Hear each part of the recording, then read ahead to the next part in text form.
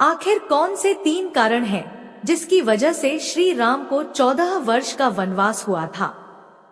जानिए असली कारण।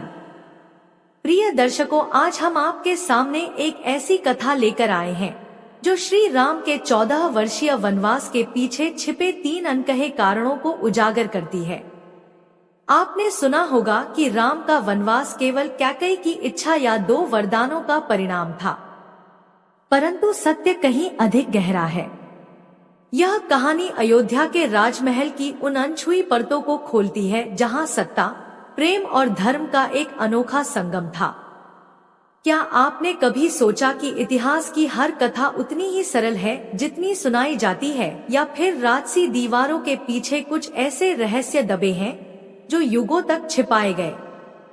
यह कथा केवल श्री राम के त्याग की नहीं, बल्कि उन गढ़ सत्यों की है जो न्याय, परिवार और सत्ता की गुत्थियों को सुलझाते हैं।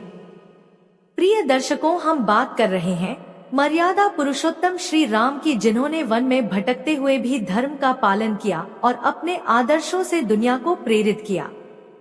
लेकिन क्या उनके वनवास का कारण केवल कैकेयी की मांग था, या इसके पीछे कुछ ऐसी सच्चाइयां थी जो इतिहास के पन्नों में कहीं खो गई? क्या कैकेयी की भूमिका वास्तव में वैसी थी जैसी हमें बताई गई? क्या मंथरा केवल एक दासी थी या कोई गुप्त शक्ति जो अयोध्या की नींव हिलाने आई थी? और क्या महाराज दशरथ ने कुछ अनकहे रहस्यों को जानबूझकर छिपाया क्योंकि साम्राज्य की स्थिरता सत्य से अधिक महत्वपूर्ण थी? आज हम इन सवालों के जवाब तलाशेंगे और उन 3 कारणों को सामने लाएंगे जिन्होंने राम को वन की ओर प्रेरित किया। प्रिय दर्शकों, रामायण की गहराइयों में उतरने पर हर पात्र के पीछे एक अनकही कहानी मिलती है।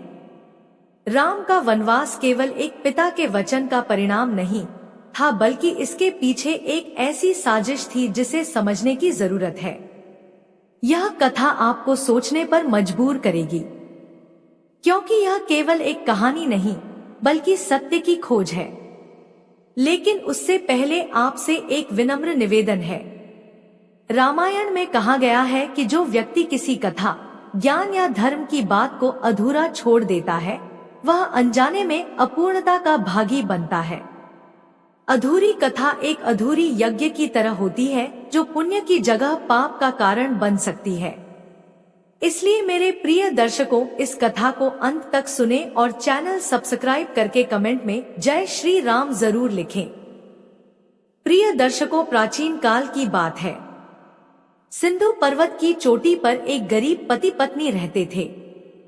रोटी कमाने के लिए वे खेती करते थे। उन्होंने अपनी खेती पहाड़ से नीचे मैदानों में बना रखी थी। दोनों पति पत्नी बहुत मेहनती थे। धीरे धीरे उनकी उम्र बढ़ रही थी और ताकत कम होती जा रही थी। वे दोनों संतान की बहुत इच्छा रखते थे। एक दिन दोनों आपस में बात कर रहे थे, कितना अच्छा होता अगर हमें भी एक बच्चा होता। जब हम बूढ़े हो जाते तो वह हमारे खेतों की रखवाली करता और राजा को लगान भी चुकाता। बुढ़ापे में वह हमें हर तरह से आराम देता और हम अपनी झुकी हुई कमर को कुछ देर आंगन में चूल्हे के पास आराम से बैठकर सीधा कर पाते। उन दोनों ने सच्चे दिल से नदी और पहाड़ों के देवता से प्रार्थना की। थोड़े दिनों बाद किसान की पत्नी गर्भवती हुई। 9 महीने बाद उसे बच्चा हुआ, लेकिन वह आदमी का बच्चा नहीं बल्कि एक मंडूक था जिसकी लाल आंखें चमक रही थी। बूढ़ा बोला, यह कैसी अजीब बात है, यह तो मंडूक है। इसकी लाल आंखें देखो कैसी चमक रही है। इसे घर में रखने का क्या फायदा, चलो इसे बाहर फेंक आते हैं। लेकिन पत्नी का मन उसे फेंकने को नहीं हुआ। उसने कहा, भगवान हम पर दयालु नहीं है, उन्होंने हमें बच्चे की जगह एक मंडूक दिया है, लेकिन अब तो यही मंडूक हमारा बच्चा है, इसलिए हमें इसे फेंकना नहीं चाहिए। मंडूक मिट्टी और तालाबों में रहते हैं। हमारे घर के पीछे जो छोटा तालाब है उसमें इसे छोड़ आओ, वही रह जाएगा। बूढ़े ने मंडूक को उठाया, जब वह उसे ले जाने लगा तो मंडूक बोला, माँ पिताजी मुझे तालाब में मत डालिए। मैं आदमियों के घर में पैदा हुआ हूँ और मुझे आदमियों की तरह ही रहना चाहिए। जब मैं बड़ा हो जाऊंगा तो मेरी शक्ल अब बिल्कुल आप जैसी हो जाएगी और मैं भी आदमी बन जाऊंगा। बूढ़ा हैरान हो गया। उसने अपनी पत्नी से कहा, यह कितनी अद्भुत बात है। यह तो बिल्कुल हमारी तरह बोलता है। लेकिन जो कुछ उसने कहा है वह हमारे लिए तो अच्छा ही है। उसकी पत्नी ने कहा, भगवान ने जैसे तैसे तो हमें यह दिन दिखाए हैं। अगर यह बोलता है तो जरूर कोई अच्छा बच्चा होगा। हो सकता है कि इस समय किसी के श्राप से मंडूक बन गया हो। नहीं, इसे आप घर में ही रहने दीजिए। वे दोनों पति पत्नी ने मंडूक को अपने साथ ही रख लिया। 3 साल बीत गए। इस बीच मंडूक ने देखा कि उसके माता पिता कितनी मेहनत करते थे। एक दिन उसने अपनी बूढ़ी माँ से कहा, माँ मेरे लिए आटे की एक रोटी बना दो। मैं कल राजा के पास जाऊंगा और उसके सुंदर महल में जाकर उससे मिलूंगा। उसकी 3 सुंदर बेटियां हैं। उससे कहूंगा कि वह अपनी एक बेटी की शादी मुझसे कर दे।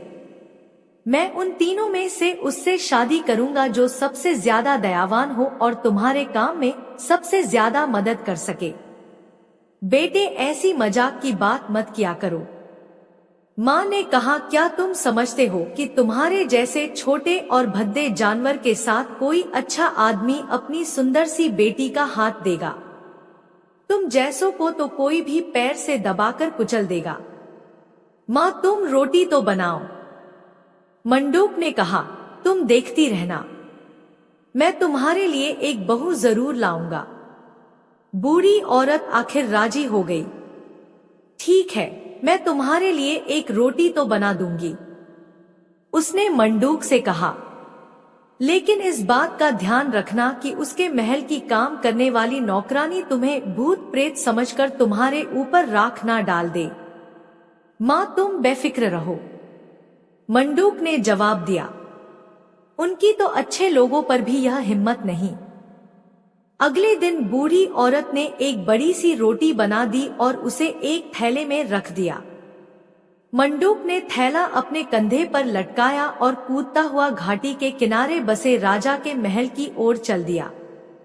जब वह महल के दरवाजे के पास पहुंचा तो उसने दरवाजा खटखटाया। महाराज महाराज दरवाजा खोलो।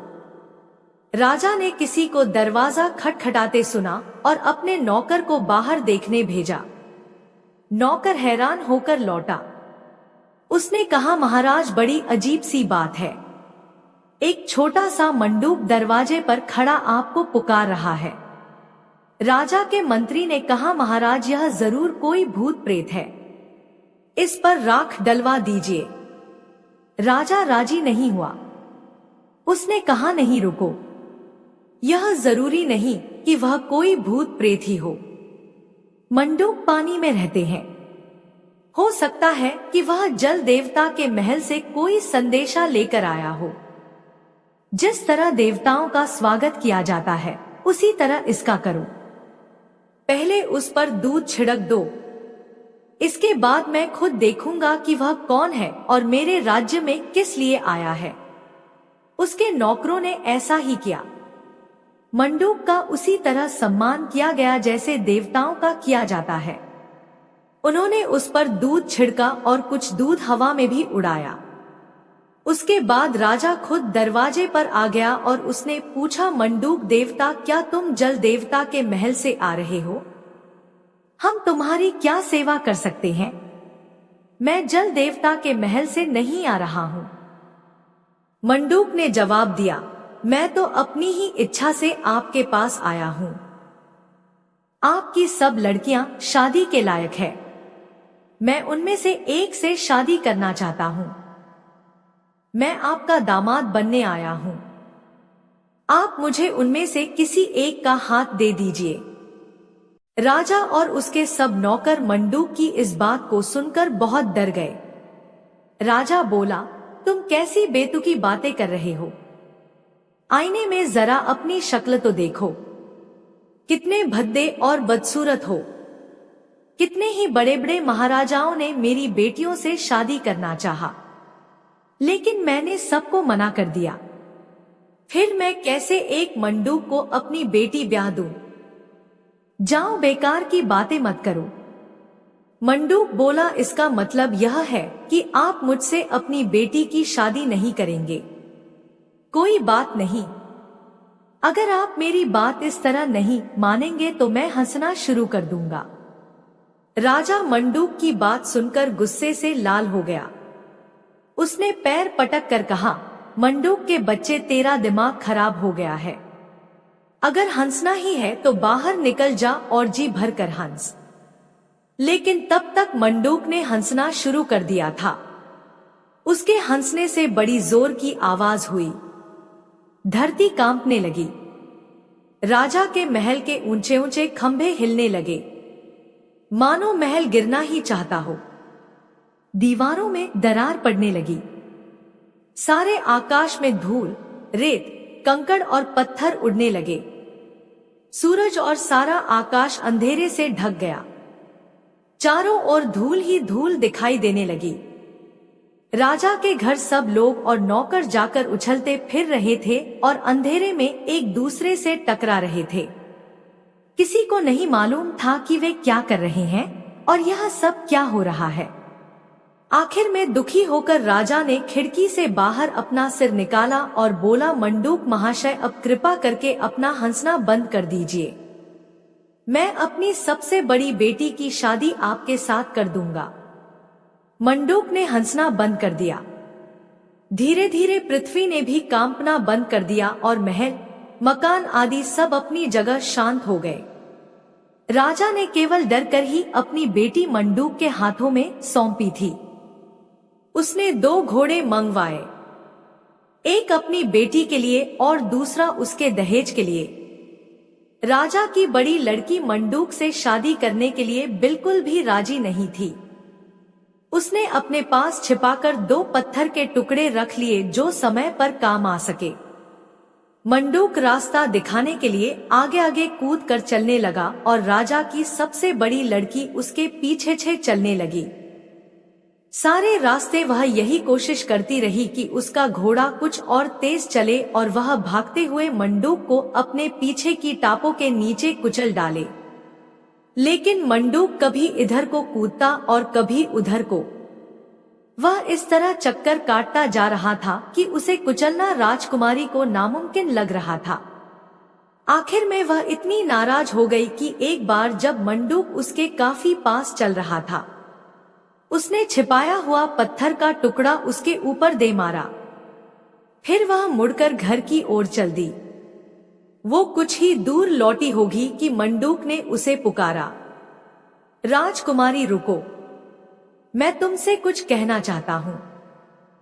उसने पीछे घूमकर देखा कि मंडूक तो जिंदा खड़ा है। वह समझ रही थी कि मंडूक उसके पत्थर के नीचे कुचल गया होगा। वह हैरान रह गई और उसने घोड़े की लगाम खींच ली। मंडूक उससे बोला, देखो, हमारे भाग्य में पति पत्नी होना नहीं लिखा है। अब तुम घर लौट जाओ, क्योंकि इसी में तुम्हारी खुशी है। और उसने घोड़े की लगाम पकड़ ली और राजकुमारी को घर वापस ले चला। जब दोनों राजा के महल के पास पहुंचे तो मंडूक ने राजकुमारी को छोड़ दिया और राजा के पास जाकर बोला, महाराज, हम दोनों की आपस में बिल्कुल भी नहीं बनती, इसलिए मैं इसे वापस छोड़ने आया हूँ। आप मुझे अपनी दूसरी बेटी दे दीजिए जो मेरे साथ जाने को तैयार हो। तुम कितने बदतमीज हो, जरा अपनी हैसियत का तो ख्याल करो।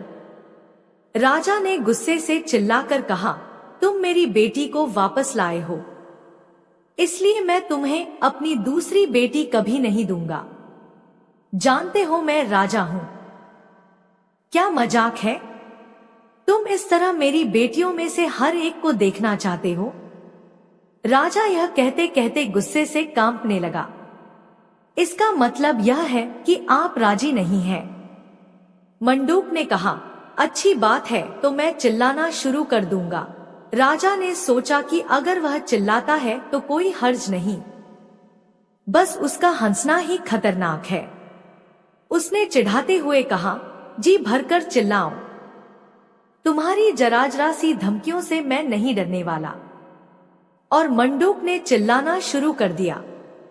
उसकी आवाज इतनी तेज थी मानो रात के समय बड़ी जोर से बिजली कड़क रही हो। चारों ओर बिजली की कड़कड़ाहट ही सुनाई दे रही थी और पहाड़ों से नदियों में इतना ज्यादा पानी आने लगा कि कुछ ही पलों में सब नदियों में बाढ़ आ गई।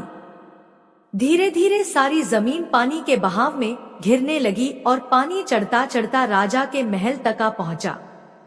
राजा ने अपनी गर्दन खिड़की से बाहर निकाली और चिल्लाकर कहा, मंडूक महाशय चिल्लाना बंद कीजिए, नहीं तो हम सब मारे जाएंगे।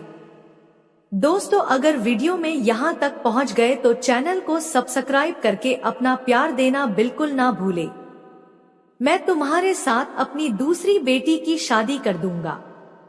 मंडूक ने तुरंत ही चिल्लाना बंद कर दिया और धीरे धीरे पानी नीचे बैठने लगा। राजा ने फिर अपने नौकरों को आदेश दिया कि 2 घोड़े अस्तबल से निकाल कर लाओ, एक राजकुमारी के लिए और दूसरा उसके दहेज के सामान के लिए। इसके बाद उसने अपनी दूसरी बेटी को आज्ञा दी कि मंडूक के साथ चली जाए। राजा की दूसरी बेटी मंडूक के साथ जाने को राजी नहीं थी। उसने भी घोड़े पर चढ़ते समय एक बड़ा सा पत्थर अपने पास छिपाकर रख लिया। रास्ते में उसने भी अपने घोड़े के पैरों के नीचे मंडूक को कुचलने की कोशिश की और एक बार वह पत्थर उसके ऊपर फेंककर वह भी बड़ी राजकुमारी की तरह वापस लौटने लगी। लेकिन उसे भी वापस बुलाकर मंडूक ने कहा, राजकुमारी, हम दोनों के भाग्य में एक साथ रहना नहीं लिखा है, तुम घर वापस जा सकती हो। यह कहकर उसके घोड़े की लगाम हाथ में लेकर वह चल दिया। मंडूक ने राजा के हाथ में उसकी मझली बेटी का हाथ पकड़ा दिया और बोला कि अपनी सबसे छोटी बेटी की शादी मुझसे कर दो। इस बार तो राजा के गुस्से का ठिकाना ही ना रहा। उसने कहा, तुमने मेरी सबसे बड़ी लड़की को लौटा दिया और मैंने तुम पर दया करके अपनी मझली बेटी दे दी। अब तुमने उसे भी लौटा दिया और मेरी सबसे छोटी लड़की के साथ शादी करना चाहते हो। तुम बहुत बेहुदे हो। कोई भी राजा तुम्हारी इस बदतमीजी को बर्दाश्त नहीं कर सकता। तुम कानून के खिलाफ चल रहे हो। उसके गले में आखिरी शब्द अटक गए। एक छोटे से मंडूक ने उसे इस तरह नचा रखा था कि वह बहुत ज्यादा परेशान हो रहा था। मंडूक ने शांति से जवाब दिया, महाराज, आप इतना नाराज क्यों होते हैं? आपकी दोनों बेटियां मेरे साथ शादी करने के लिए राजी नहीं थी, इसलिए मैं उन्हें वापस ले आया। लेकिन आपकी तीसरी बेटी मुझसे शादी करना चाहती है, फिर आप क्यों नहीं राजी हो रहे? नहीं, कभी नहीं। राजा घृणा से चिल्लाया, कौन कहता है वह कभी राजी नहीं हो सकती? इस दुनिया में कोई भी लड़की एक मंडूक से शादी करने के लिए राजी नहीं हो सकती। मैं तुमसे आखिरी बार कह रहा हूँ कि अब तुम अपनी राह देखो। इसका मतलब यह है कि आप अपनी बेटी की शादी मुझसे नहीं करेंगे। मंडूक ने कहा, अच्छी बात है, तो मैं कूदना शुरू कर दूंगा। राजा वैसे मंडूक की बात से डर तो गया था, लेकिन उसने गुस्से में ही जवाब दिया, तुम उछलो कूदो, खुद को जो जी में आए सो करो, जी भर करो। मैं तुम्हारी जराजरा सी बातों से डरने लगा तो मैं राजा किस बात का? और मंडूक ने कूदना शुरू कर दिया। जब उसने कूदना शुरू किया तो धरती हिलने लगी। ऐसा लग रहा था मानो धरती एक पत्थर हो जो किसी तालाब में लहरों के बीच जा फंसी हो। पहाड़ इतनी जोर जोर से हिलने लगे कि उनमें आपस में ही टक्कर होने लगी। पहाड़ों में से पत्थर टूट टूट कर आकाश में उड़ने लगे। सारा आकाश पत्थरों और धूल मिट्टी से ढक गया और सूरज दिखाई देना बंद हो गया। राजा के महल की दीवारें भी इतनी जोर से हिलने लगी कि लग रहा था कि महल अब गिरा कि तब गिरा। अब तो हारकर राजा को खड़े होकर यह कहना पड़ा कि वह मंडूक के हाथ में अपनी तीसरी बेटी का हाथ दे देगा। मंडूक ने कूदना बंद कर दिया। पहाड़ और पृथ्वी अपनी अपनी जगह पर शांत होकर ठहर गए। राजा की तीसरी बेटी अपनी अन्य बहनों की तरह नहीं थी। उसके दिल में दया बहुत थी।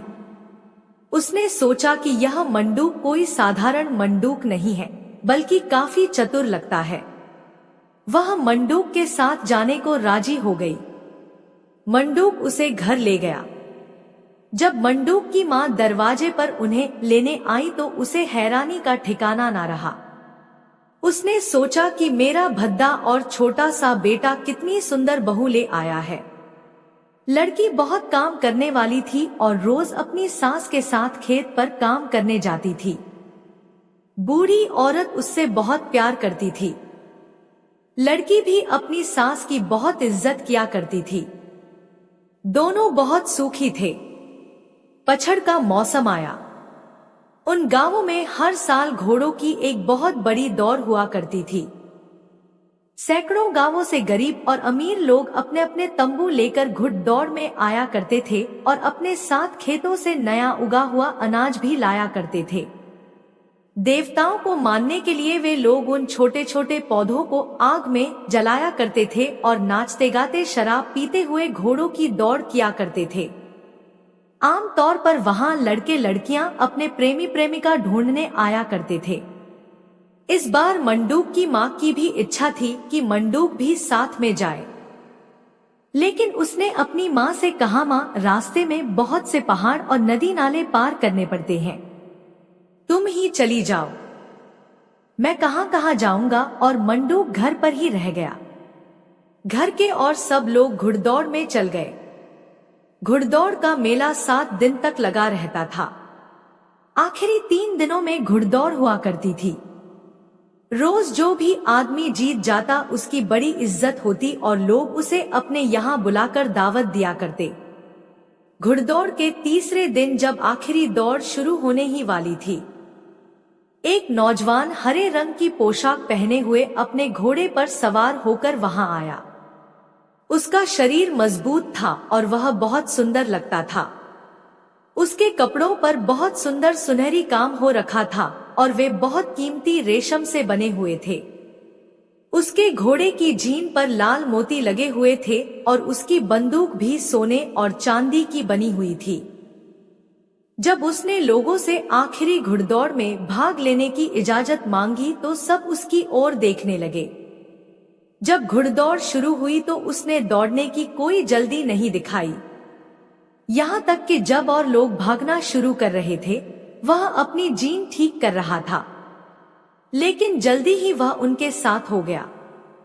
घुड़दौड़ के बीच में भी जिस समय अन्य सब दौड़ने वाले नौजवान एक दूसरे से आगे निकलने की कोशिश कर रहे थे, वह आराम से चल रहा था और दौड़ के बीच में ही उसने अपने सिर के ऊपर उड़ते हुए 3 कबूतरों का अपनी बंदूक से शिकार किया। दौड़ के बीच में ही उसने अपने घोड़े की जीन में से कुछ सोने के सुंदर फूल निकाले और उन्हें अपनी बाईं ओर वाले लोगों के ऊपर फेंक दिया। इसी तरह जीन की दाईं ओर से उसने कुछ चांदी के फूल निकाले और उन्हें अपनी दाहिनी ओर वाले लोगों के ऊपर फेंक दिया और वाले लोगों के ऊपर फेंक दिया और आगे बढ़ गया। लेकिन जल्दी ही लोगों ने देखा कि उसका घोड़ा आगे भागा जा रहा है। ऐसा लग रहा था कि उसका घोड़ा मैदान में नहीं बल्कि हवा में दौड़ रहा हो। लोग उसे देखने के लिए अपने अपने स्थानों से उठकर खड़े हो गए और सबने देखा कि वह सबसे आगे था और उस दिन आखिरी घुड़दौड़ में जीत उसी की रही। घुड़दौड़ के मैदान में जो भी उस समय मौजूद था वही उस नौजवान पर मोहित हो गया। बूढ़े, जवान और लड़कियां सभी उसकी ओर देख रहे थे।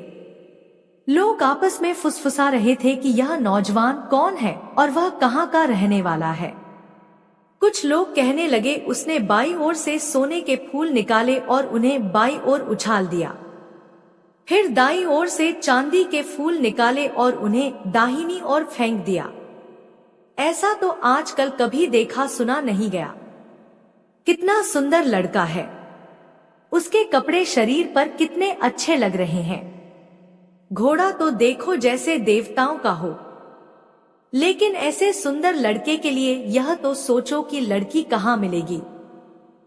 सब लड़कियां उसके चारों ओर जमा होकर गाने और नाचने लगी और उसे अपने अपने घर चलने के लिए कहने लगी। लेकिन जैसे ही शाम हुई, वह घुड़सवार बिना किसी से कुछ कहे चुपचाप अपने घोड़े पर चढ़कर उस गांव की ओर चल दिया जहां से मंडूक की मां और बहू आए थे। सब लोग वहां खड़े खड़े उसके हरे घोड़े को देखते रहे और उसके चले जाने के बाद उसके पैरों से उड़ती हुई धूल को देखने लगे। मंडूक की पत्नी सोचती रही कि वह घुड़सवार कहां से आया था और कहां चला गया। वह खुद भी उसकी सुंदरता पर मोहित थी। वह खुद भी उसका नाम जानना चाहती थी कि दिन छिपने ही वह इतनी जल्दी क्यों चला गया। वह सोचने लगी कि शायद घुड़सवार बहुत दूर रहता हो। घर लौटते समय वह भी अन्य औरतों की तरह उसी घुड़सवार के बारे में सोचती रही। मंडूक उन लोगों को दरवाजे पर खड़ा मिला।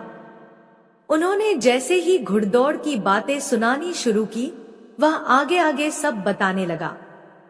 उन लोगों को यह सब सुनकर बड़ा अचरज हुआ कि मंडूक सब बातें पहले से ही जानता है और उस सुंदर घुड़सवार की भी बातें जानता है जिसने आज घुड़दौड़ जीती थी। अगले साल फिर पतझड़ के दिनों में घुड़दौड़ हुई। मंडूक की पत्नी, माँ और पिता फिर घुड़दौड़ में गए।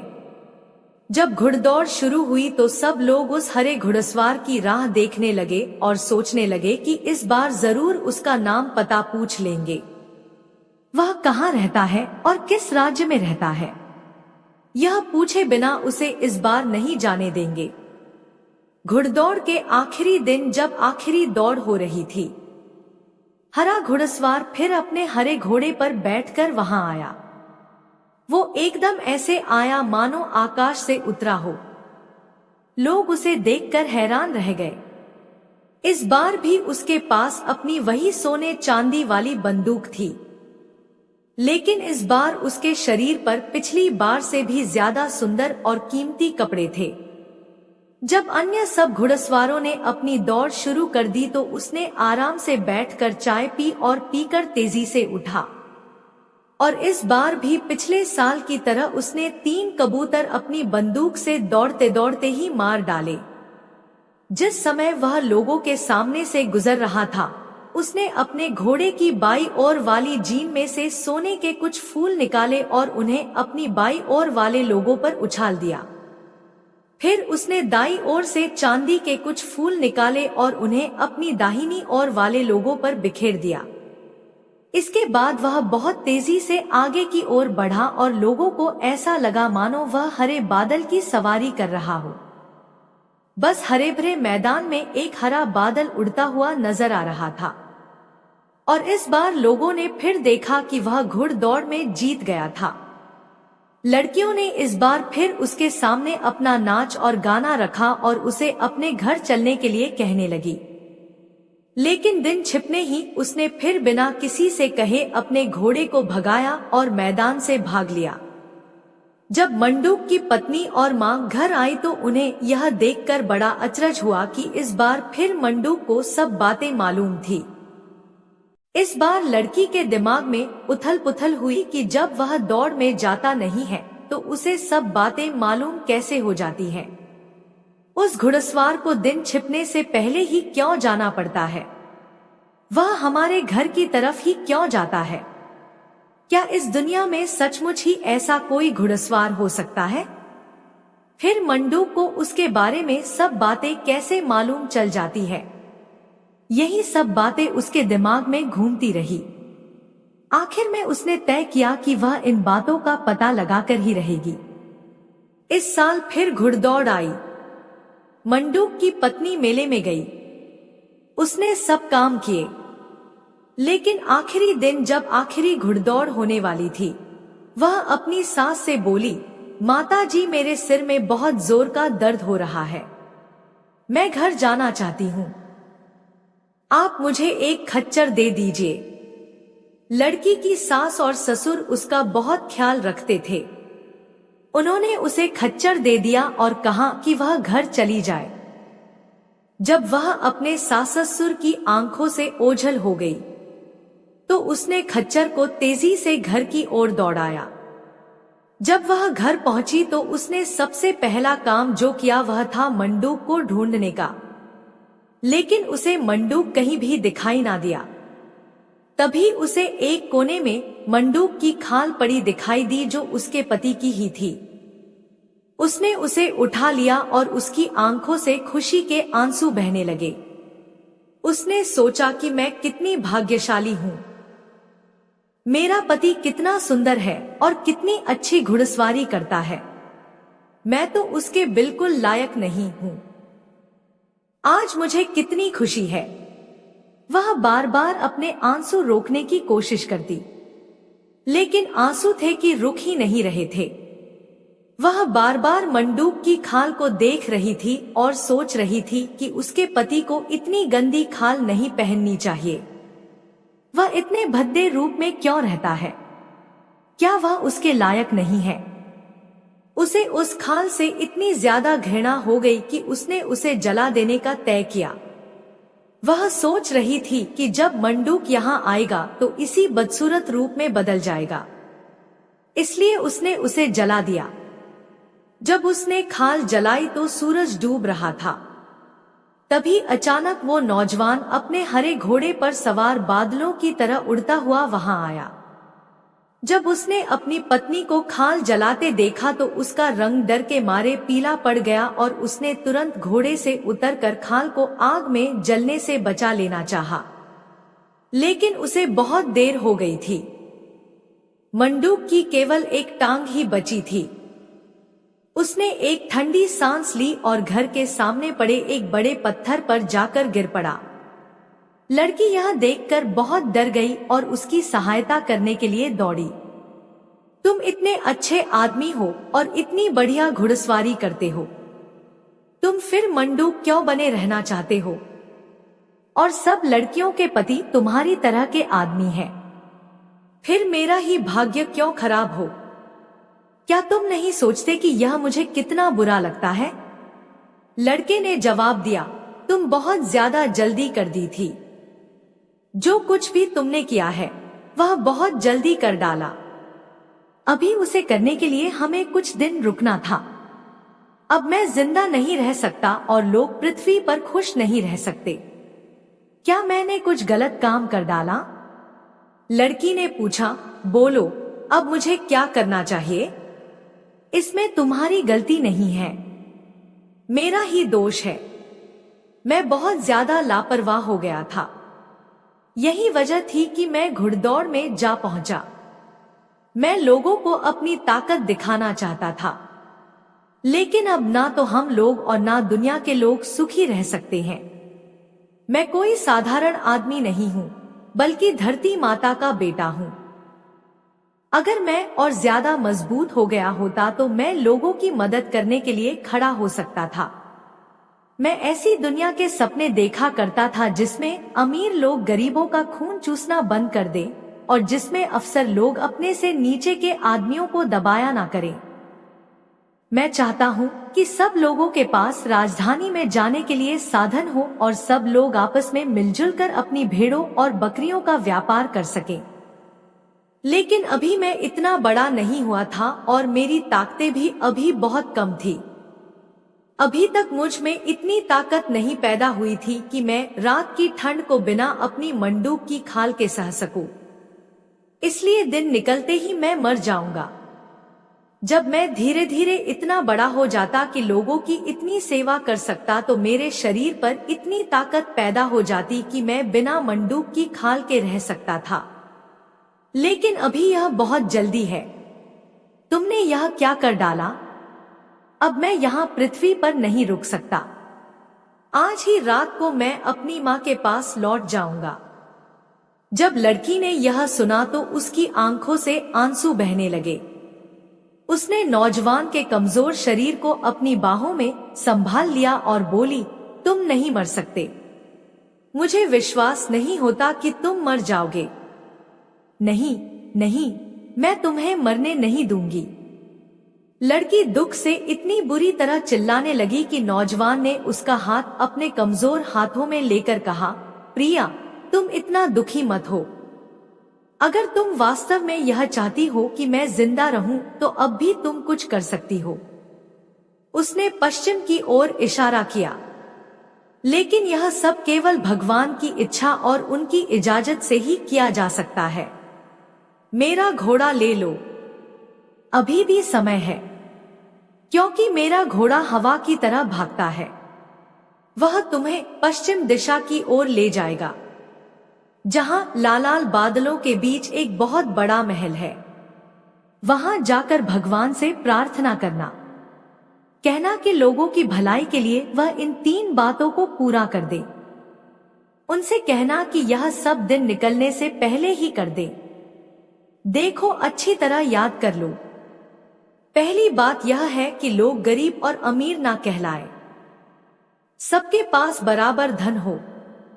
दूसरी यह कि अफसर और सरकारी आदमी जैसे राजा आदि जनता को ना दबाएं। और तीसरे यह कि हमारे पास नगरों तक जाने के लिए सड़कें हो और हम वहां जाकर व्यापार कर सकें। अगर भगवान तुम्हारी इन बातों को मान जाते हैं तो हम सब सुख से रह सकेंगे और मुझ में इतनी ताकत हो जाएगी कि मैं रात को भी बिना मंडूक की खाल के रह सकूंगा। लड़की तुरंत घोड़े पर सवार होकर वहां से चल दी। घोड़ा उसे लेकर हवा में उड़ रहा था। हवा उसे छूकर भागी जा रही थी और वह बादलों के बीच में होती हुई पश्चिम दिशा की ओर उड़ रही थी। आखिर में वह उस महल के सामने आई जो सूरज की तरह लाल चमक रहा था। वह अंदर गई और उसने भगवान से अपनी प्रार्थनाएं कही। भगवान उसकी बातों की सच्चाई और उसके दुख को देखकर पिघल गए और उन्होंने उसकी बातें मान ली। भगवान उससे बोले, तुम्हारी बातों में सच्चाई है, इसलिए मैं तुम्हारी सब बातें मान लूंगा। लेकिन दिन निकलने से पहले तुम्हें जाकर यह खबर सब घरों में पहुंचा देनी होगी। तुम्हारी प्रार्थनाएं तभी पूरी हो सकेंगी यदि सब लोग इस बात को दिन निकलने से पहले सुन ले। तब यहाँ इतनी ज्यादा ठंड पड़नी बंद हो जाएगी और तुम्हारा पति रात को भी बिना मंडूक की खाल के रह सकेगा। लड़की खुशी के मारे फूली नहीं समा रही थी। उसने भगवान को धन्यवाद दिया और अपने घोड़े पर चढ़कर घर की ओर चल दी, जिससे दिन निकलने से पहले ही वह इस समाचार को घर घर फैला सके। लेकिन जब वह घाटी में घुसी तो उसका राजा पिता किले के दरवाजे पर खड़ा हुआ था। जब उसने अपनी बेटी को आते देखा तो वह बोला, क्यों बेटी, तुम इतनी देर गए यहाँ क्यों आए हो? उसने कहा, पिताजी, भगवान ने मुझे एक बहुत ही आश्चर्यजनक वरदान दिया है। अब मैं उसे सबको बताने जा रही हूँ। जल्दी कहाँ की है? राजा बोला, जरा मुझे तो बताओ, भगवान ने तुम्हें क्या क्या वरदान दिए हैं? पिताजी, मैं 1 मिनट के लिए भी नहीं रुक सकती, मेरे पास इतना समय नहीं है, मैं आपको फिर बता दूंगी। लड़की बोली, यह नहीं हो सकता, मैं राजा हूं और तुम्हें सबसे पहले मुझे ही बताना पड़ेगा। और उसने आगे बढ़कर घोड़े की लगाम पकड़ ली। लड़की जानती थी कि उसका पिता इस तरह नहीं मानेगा, लेकिन वह उससे जल्द से जल्द छुटकारा पाना चाहती थी, इसलिए उसने सब कुछ सच सच बता दिया। वह बोली, भगवान ने मुझसे 3 वादे किए हैं। पहला तो यह कि गरीब और अमीर में कोई भेद नहीं रहेगा। राजा ने अपना सिर खुजलाया। वह बोला, अगर गरीब और अमीर में कोई भेद नहीं रहेगा तो मेरी इज्जत कौन करेगा? और तुम्हारी बहनों के लिए दहेज का पैसा कहां से आएगा? यह कहकर उसने घोड़े की लगाम को और भी कसकर पकड़ लिया। दूसरी बात यह है कि सरकारी अफसर आम जनता को नहीं सताएंगे। यह क्या मूर्खता है? फिर हमारा काम कौन करेगा? हमारी भेड़ बकरी कौन चलाएगा? हमारे खेत कौन जोतेगा? उसने बड़े ही बेमन से कहा और पूछा कि तीसरा वचन क्या है? और तीसरी बात यह है कि यहाँ से नगरों तक कोई रास्ता बन जाए और हम लोग वहां पर व्यापार कर सकें। पिताजी, जब यह सब बातें हो जाएंगी तो यहाँ की ठंड बिल्कुल खत्म हो जाएगी और यहाँ काफी गर्मी पड़ने लगेगी। उसके बाद लेकिन राजा ने बीच में ही टोक कर कहा, यह सब बेकार की बातें हैं, ऐसा कभी नहीं हो सकता। हमारा काम अब बिल्कुल ठीक तरह से चल रहा है, हमें शहर जाने की क्या जरूरत है? यह कभी भी भगवान के आदेश नहीं हो सकते। मुझे इनमें से किसी भी बात पर विश्वास नहीं है। मैं तुम्हें इनमें से एक भी शब्द लोगों को नहीं बताने दूंगा। पिताजी, मैं अब यहाँ एक क्षण भी नहीं ठहर सकती, लड़की ने चिल्लाकर कहा। मुझे आप तुरंत जाने दीजिए। उसने भागने की कोशिश की, लेकिन उसके पिता ने घोड़े की लगाम नहीं छोड़ी। बेचारी लड़की बहुत ज्यादा दुखी हो रही थी और उधर उसका पिता उससे सवाल जवाब करने पर तुला हुआ था। तभी मुर्गा बोला। लड़की तेजी से कूदी और घोड़े को छुड़ाना चाहा, लेकिन राजा अभी भी उसे कसकर पकड़े हुए था। वो जोर से चिल्लाया, क्या तुम्हारा दिमाग खराब हो गया है? क्या तुम चाहती हो कि तुम्हारी बहनों की शादी में मैं दहेज ना दूं? क्या तुम अपने पिता की बेइज्जती करना चाहती हो? क्या तुम चाहती हो कि मैं घर का सब काम अपने हाथ से किया करूं? हमारी भेड़ बकरियां कौन चराएगा? हमारे खेत कौन जोतेगा? क्या तुम्हारा दिमाग खराब हो गया है? लड़की की समझ में नहीं आ रहा था कि क्या किया जाए। मुर्गा दूसरी बार फिर बोला और इधर उसका पिता उसे छोड़ने का नाम ही नहीं ले रहा था। आखिर में निराश होकर उसने अपने घोड़े को बड़े जोर से कोड़ा लगाया। घोड़े ने राजा को एक और फेंक दिया और हवा से बातें करने लगा। लड़की अभी पहले मकान पर ही पहुंच पाई थी कि मुर्गा तीसरी बार फिर बोला। भोर फटने लगी थी और अब तक कुछ ही घरों में वह अपनी बात कह पाई थी। लड़की का दिल बैठने लगा। भोर फट गई थी और उसका काम अभी आधा भी नहीं हुआ था। अब तो बहुत देर हो गई थी। अब केवल उसके लिए यही रास्ता रह गया था कि वह घर की ओर जल्दी से कदम बढ़ाए। उसने देखा कि उसके ससुर उसके पति के पास खड़े हुए रो रहे हैं और उसकी सास मरे हुए की आत्मा को शांति देने के लिए भगवान से प्रार्थना कर रही है। सब बेकार हो गया था। वह अपने पति के शव पर गिर पड़ी और अपने पिता को कोसती हुई जोर जोर से रोने लगी। इस घुड़सवार नौजवान के शव को वहां से कुछ दूर पर ही एक चट्टान पर दफना दिया गया। रोज शाम को जाकर वो लड़की उसकी कब्र के पास रोती। आखिर में एक दिन वह खुद भी पत्थर में बदल गई। उस दिन के बाद लोगों को उसका रोना सुनाई देना बंद हो गया। आज भी उस कब्र के पास वह पत्थर की लड़की बनी हुई है। बहुत दूर से देखने पर ही आपको मालूम चल जाएगा कि वह कोई लड़की है जिसके बाल बिखरे हुए हैं और वह भगवान से प्रार्थना कर रही है। वह अपने पति की कब्र के पास सदा से इसी प्रकार प्रार्थना करती रही है और सदा इसी प्रकार प्रार्थना करती रहेगी। प्रिय दर्शकों, अभी कथा समाप्त नहीं हुई है। अब हम जानेंगे आखिर वे कौन से 3 कारण हैं जिसके वजह से भगवान श्री राम को 14 वर्ष का वनवास हुआ था। प्रिय दर्शकों, अब आइए उन 3 कारणों पर प्रकाश डालते हैं जिनके कारण श्री राम को 14 वर्षों का वनवास स्वीकार करना पड़ा। दोस्तों, उससे पहले आप लोगों से हाथ जोड़कर निवेदन है कि वीडियो पसंद आ रही हो तो हमारे चैनल भी सब्सक्राइब करते चलिए। सामान्य धारणा है कि माता कैकेयी ने अपने पुत्र भरत के लिए राज सिंहासन मांगकर राम को वन भेजा, लेकिन सत्य यह है कि कैकेयी निर्दोष थी। उनका राम के प्रति प्रेम इतना गहरा था कि वे उन्हें अपने पुत्र भरत से भी अधिक चाहती थी। वे राम का राज्याभिषेक देखना चाहती थी। उनकी आंखें उस पल को देखने के लिए तरस रही थी, लेकिन समाज ने उन्हें दोषी ठहराया। सच्चाई यह है कि राम ने स्वयं कैकेयी से वनवास मांगा था। उन्होंने कहा, मां, यदि मैं राजा बन गया तो इस धरती पर मेरे अवतार का उद्देश्य अधूरा रह जाएगा। मुझे 14 वर्षों के लिए वन भेज दो ताकि मैं अपने कर्तव्य को पूरा कर सकूं। कैकेयी ने यह मांग अनिच्छा से स्वीकार की क्योंकि राम के प्रति उनका प्रेम और उनकी शपथ ने उन्हें बाध्य किया। पहला कारण, राम का राज्य अभिषेक तय हो चुका था। महाराज दशरथ ने घोषणा की कि अगले दिन राम राज्य सिंहासन पर बैठेंगे। अयोध्या में उत्सव का माहौल था। कैकेयी भी इस अवसर के लिए उत्साहित थी और तैयारियों में जुटी थी। लेकिन उस रात राम को नींद नहीं आई। वे सरयू नदी के तट पर चिंतन में डूबे थे। उनका उद्देश्य राजा बनना नहीं, बल्कि संतों की रक्षा और राक्षसों का संहार करना था। तभी ब्रह्मा मुहूर्त में गुरु वशिष्ठ वहां आए और राम की चिंता को समझा। राम ने कहा, गुरुदेव, राजपद मेरे लक्ष्य को भटका देगा। मुझे वन जाना है।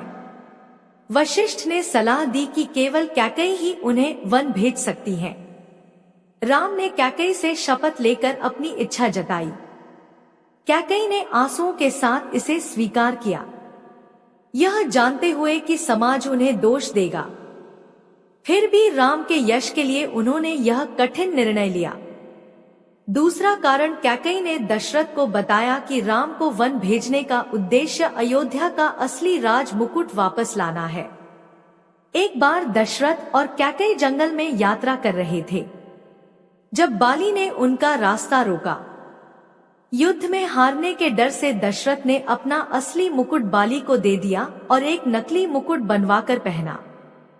कैकेयी ने कहा कि राम वन जाकर बाली से असली मुकुट लाएंगे जो बड़े पुत्र के रूप में उनका अधिकार है। भरत नकली मुकुट के साथ राज कर सकते हैं, लेकिन राम का लक्ष्य असली मुकुट प्राप्त करना था। इसीलिए 14 वर्ष का वनवास आवश्यक था। तीसरा कारण, राम को पता था कि रावण की आयु केवल 14 वर्ष शेष थी। उन्होंने कैकेयी को बताया कि रावण का वध उनके हाथों होना है और इसके लिए वन जाना जरूरी है। रावण की शेष आयु के कारण ही वनवास की अवधि 14 वर्ष निर्धारित हुई। प्रिय दर्शकों, यह थे वे 3 कारण जिनके चलते श्री राम को 14 वर्षों का वनवास हुआ। उन्होंने वन में राक्षसों का संहार किया, बाली से मुकुट लिया, रावण का वध किया और लौटकर अयोध्या के राजा बने।